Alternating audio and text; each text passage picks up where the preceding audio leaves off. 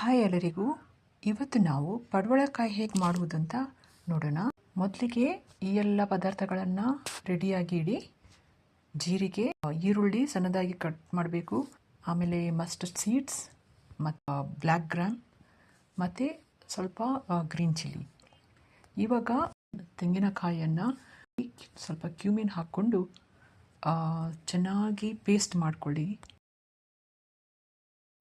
ಸ್ವಲ್ಪ ಎಣ್ಣೆ ಕಾದ ಮೇಲೆ ಅದಕ್ಕೆ ಮಸ್ಟರ್ಡ್ ಸೀಡ್ಸ್, ಆಮೇಲೆ ಉರದ್ದಾಳು ಹಾಕಿ, ಕರಿ ಲೀವ್ಸ್ ಇದೆಲ್ಲ ಹಾಕ್ಕೊಂಡು ಚೆನ್ನಾಗಿ ಇದನ್ನು ಫ್ರೈ ಆದಮೇಲೆ ಈರುಳ್ಳಿಯನ್ನು ಹಾಕಿ.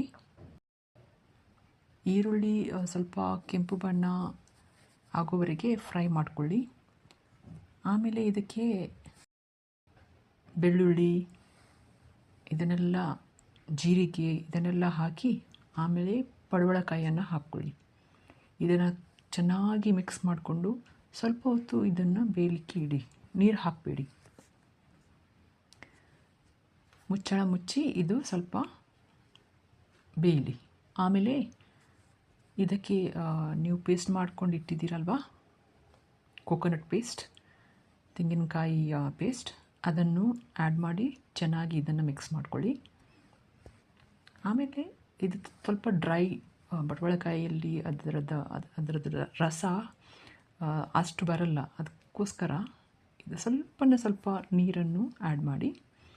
ನೀರನ್ನು ಹಾಕಿದ ಮೇಲೆ ಉಪ್ಪು ಹಾಕಿ. ಈಗ ನೋಡಿ, ನಿಮ್ಮ ಪಡವಲಕಾಯಿ ಪಲ್ಯ ರೆಡಿಯಾಗಿದೆ.